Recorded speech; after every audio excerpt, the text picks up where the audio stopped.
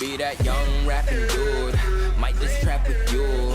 Coming with the thunder, baby. Might just clap your crew. I roll out in the morning light. Whip that Harley bike. All black. I'm the party type. And it's on tonight. I just stepped in no weapons, but my outfit might take your soul. See my presence impressive. Got strippers slipping off the poles. I just whip, then I swerve and wish you would. I'm Timmy Turner. Turned her to a carnivore. Now she treat me like a burger. I don't know their names, but they... Hey, what's up guys, Darkbreaker here and welcome to my Akali guide. For you guys who are new to the channel, I'm a 300 LP challenger right now, top 12 in Europe. Anyways, for this video we are going to talk about the best item build for Akali, the runes and the summoner spells I'm going to recommend for her, the skill order, and it always depends on the enemy team composition and also on the opponent you're going to face in the lane. So your item build, your rune set might differ depending on those factors. Anyways, let's start right with the item build.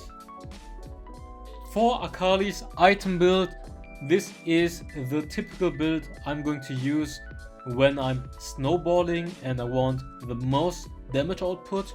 It's going to be Gunblade into Infinity Orb, then Zhonya's, Death Cap, Void Staff, and then Guardian Angel for more sustain.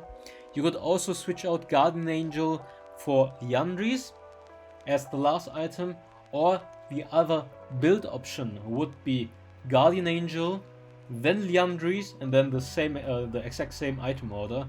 Liandry's is also really strong item for Akali that you could use if you need some more sustain. I think in competitive this item is really popular on Akali. Some Akali mains in Asia use Liandry's even as the first item and don't even go for Gunblade, so that's another option, but I guess the most consistent build is going to be this one. And for the runes, in most matchups you want to go Conqueror when you're playing against a melee champion.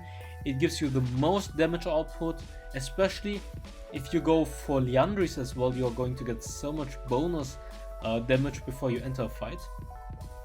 So Conqueror, but you also might go for Fleet Footwork when you're playing against champions that poke you in the early game, Gragas, Cannon, or in the mid lane you will always go for Fleet Footwork. Anyways, for the other runes I'm going for Champion, Hunter's Titan and Hunter's Genius. When you snowball one fight at Dragon, you're going to get so many stacks and it's just going to pay off so much. For the spells, Ignite Flash, typical, you might go for Barrier as well. This is pretty often used summoner in competitive, Barrier Flash, but most of the times you want to go for Ignite Flash. Anyways, that's going to be it about the item build, the runes and the spells. Let's hop right into the abilities. Akali's passive is Assassin's Mark. Whenever she deals damage with an ability onto an opponent, her next auto attack is going to be empowered, and this is probably the most important part of her kit. The first ability is 5-point strike.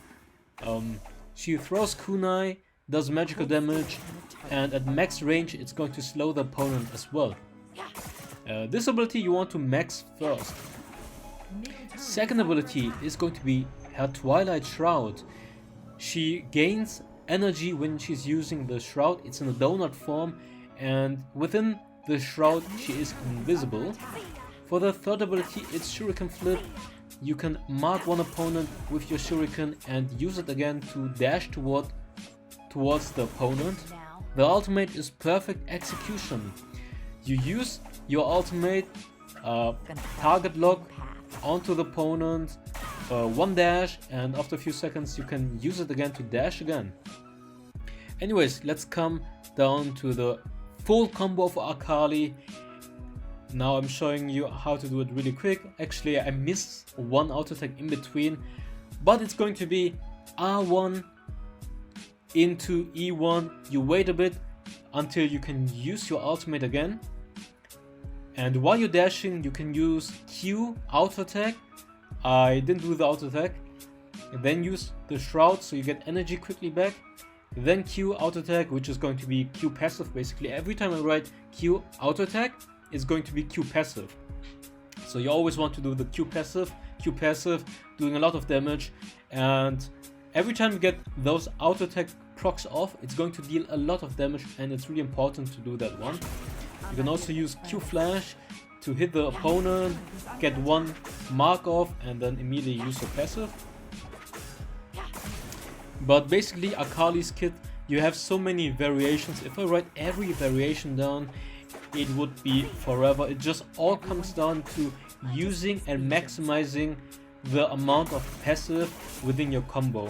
You always want to use your passive in between every ability so that you can maximize your damage, and there are so many different variations.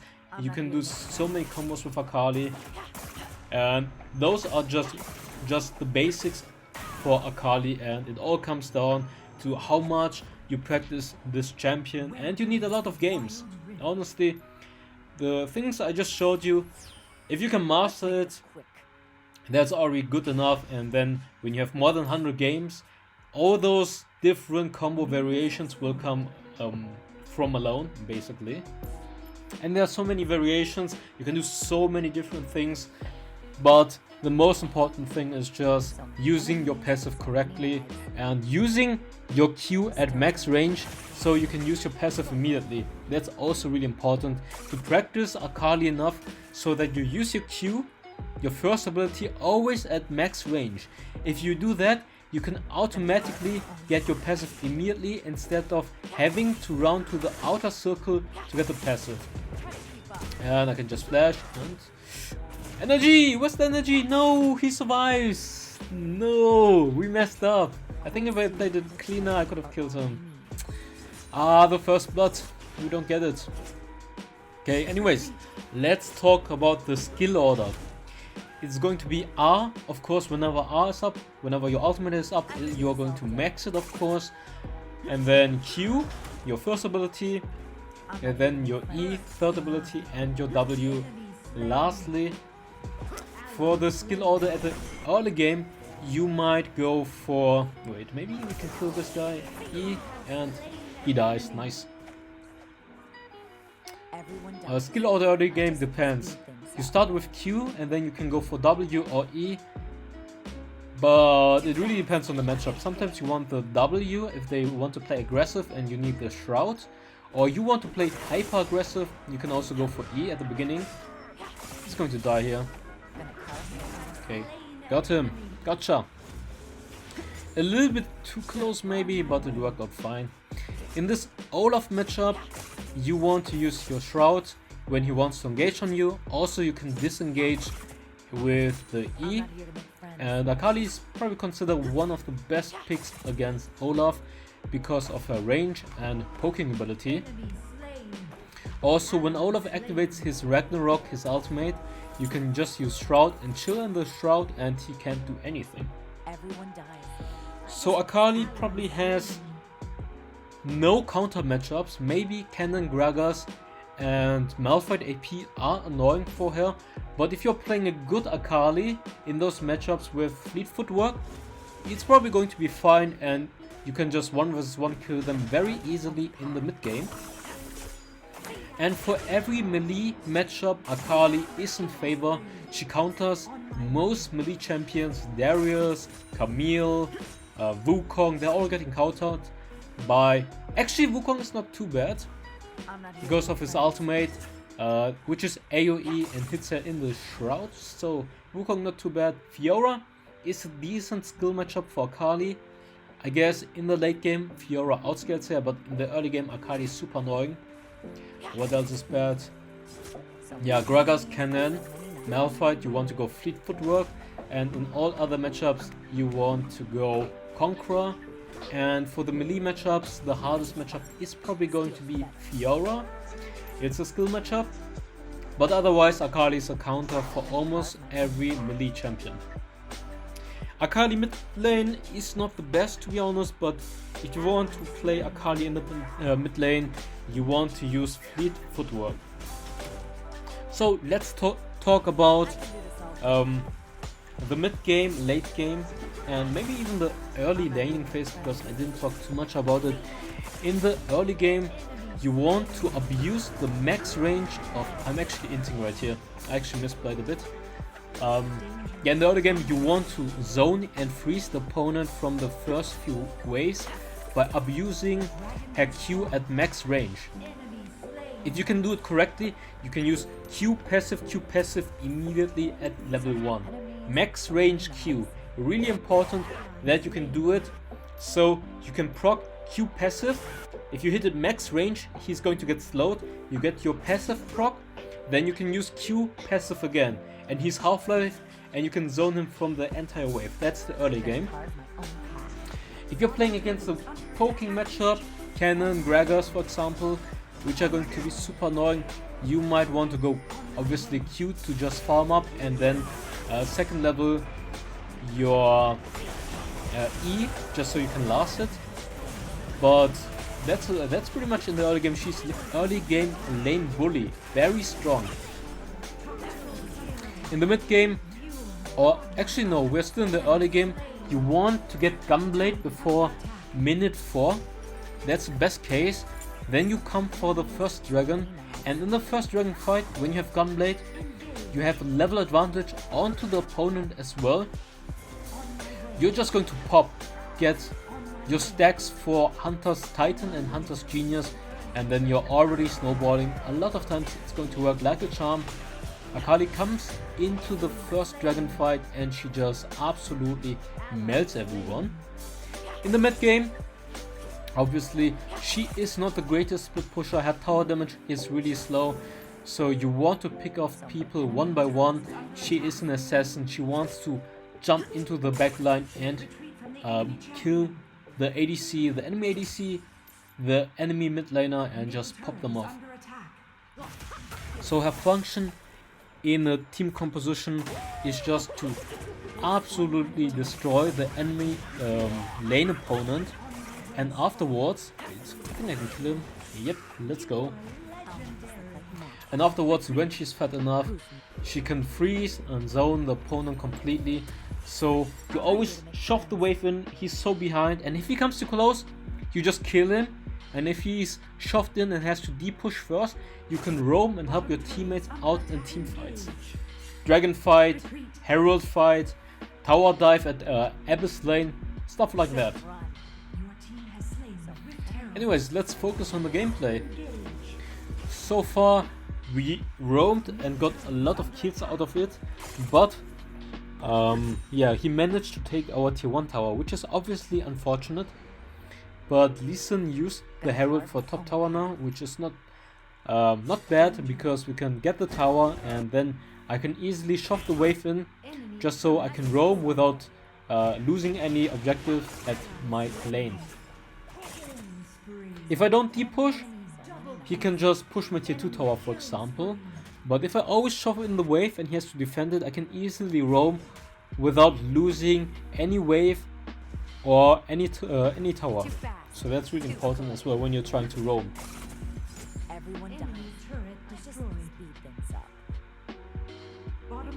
Okay, going for the flank right here. Jenna is super low. Jinx, maybe we just use E or ultimate. And I missed my E. Oh, that's so bad. Feels bad, man. I just ignite him. I'm just going to ignite him. I can't be bothered. I'm just going to ignite him. I missed my E, but it's going to be fine because I have the OP ignite.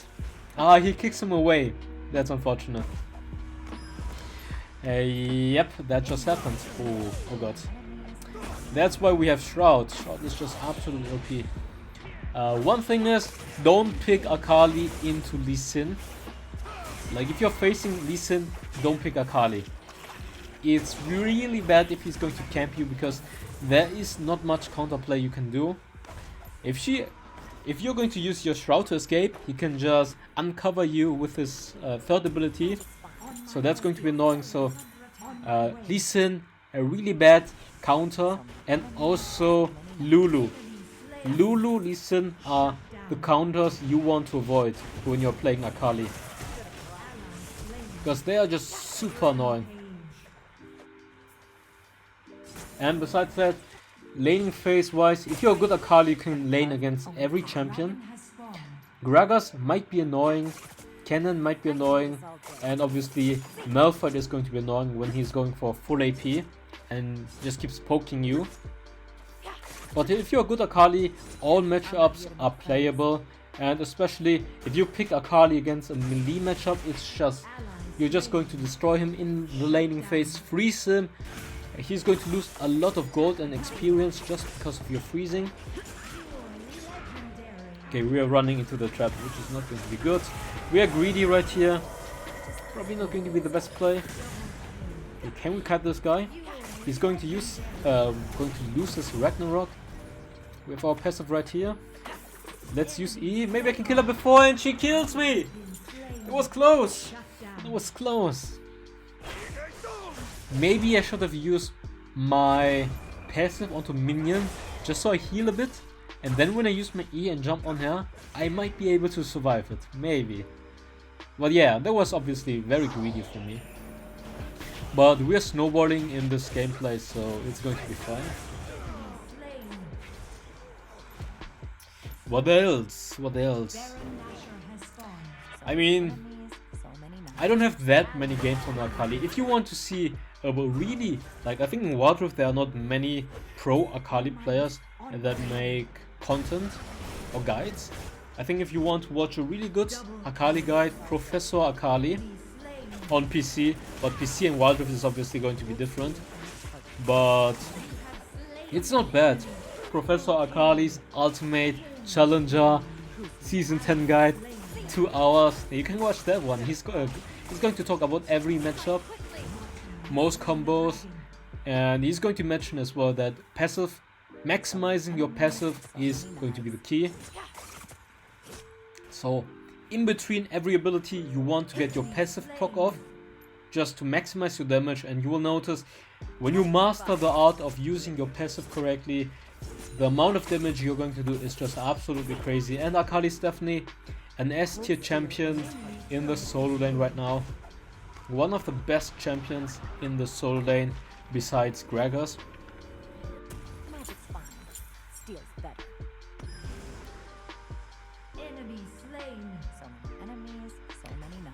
I think if you want to play a more I think for beginners, the Liandry's second item path is probably going to be better. But I think this build is the strongest in terms of damage output. So if you want to maximize your damage output, that's going to be probably the best. But Liandry is probably more beginner friendly, to be honest. And in competitive it's going to be different because they're running Liandry into barrier because they want to have that sustain to survive in the early game if they're going to get ganked 1 versus 2. So that's why people run barrier Liandry on Akali. But that's obviously going to be for high elo gameplays where you expect to get ganked, and otherwise I think the build I showed you is pretty consistent if you're really good at Akali. But if you want a safer option, go for Gunblade, Liandry, and then the same order I showed you before. Anyways, I think this guide is pretty in-depth for beginners. Obviously there is a lot more to talk about if you want to cover every matchup. Every skill combo, there are so many variations. If I want to cover that one, it would take, I mean, you can check out Professor Akali, to be honest, with his 2-hour guide. He has 10k games on Akali. He's a much better player than me, obviously. But this is just a beginner guide, and obviously if you have feedback for me, stuff I could do better, then definitely write it down in the comments. Or if you want to see more guides like this, okay, I'm griefing. I didn't expect Wukong to just jump in here and I'm going to die. It's Batman. Where was I? Yeah, if you want more guides, for example, then write it down in the comments for which champions you would want to see more guides. Obviously, I'm a Baron laner and I also play jungle, so I could do those. Obviously, Baron laners, junglers. But if you have any other wishes, then write it down in the comments. Also, maybe item build guide, or how did I reach Challenger in solo queue? What's the best way to climb in solo queue? Tips and tricks for that, stuff like that. Then also write it down in the comments. Just leave feedback on how I can improve those guides, how I can maybe improve the commentary, stuff like that. Okay, let's jump in. E. Going for the cleanup. Okay, he's going to get... Ah, I missed the Q! The max range! That's what I mean. You guys have to practice the max range Q. Max range Q is super important to learn and maximize it. If you don't know the max range Q, you will never be a good Akali, to be honest, because you can't do the Q passive in the laning phase, which is going to be super important. If you can do that consistently, you can freeze the wave super hard, you can zone them, they're going to lose 3 waves, lose a lot of gold and experience, and that's how you create lane pressure and put the opponent from the start of the laning phase behind. It's super important. And I don't have enough games on Akali. I need way more games to get consistent on Akali, especially when it comes down on the Q passive management. Definitely. But I hope you guys still enjoy this gameplay and this guide for Akali. Trying my best, but obviously I'm not the greatest Akali.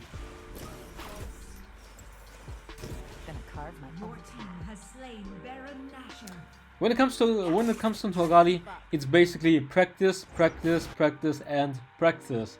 Like, you need so many games, there are so many variations for combos and stuff like that. Matchups, team fights, knowledge, knowing when you can go in and for how long you can go in. If you can win a 1 vs 2 situation or even a 1 vs 3 situation, limit testing, it all comes down to how many games you have on that champion and how much experience you have on that champion. And this basically applies for most champions, but especially for heroes that are that have a high skill ceiling. This applies especially. So Akali, a really high skill ceiling, so practice, practice, practice. Anyways, that's going to be it for the gameplay. Hope you guys enjoyed this gameplay. Leave a like for this guide if you enjoyed it. Subscribe if you want to see more guides, and I see you next time. Bye bye. Have an awesome day.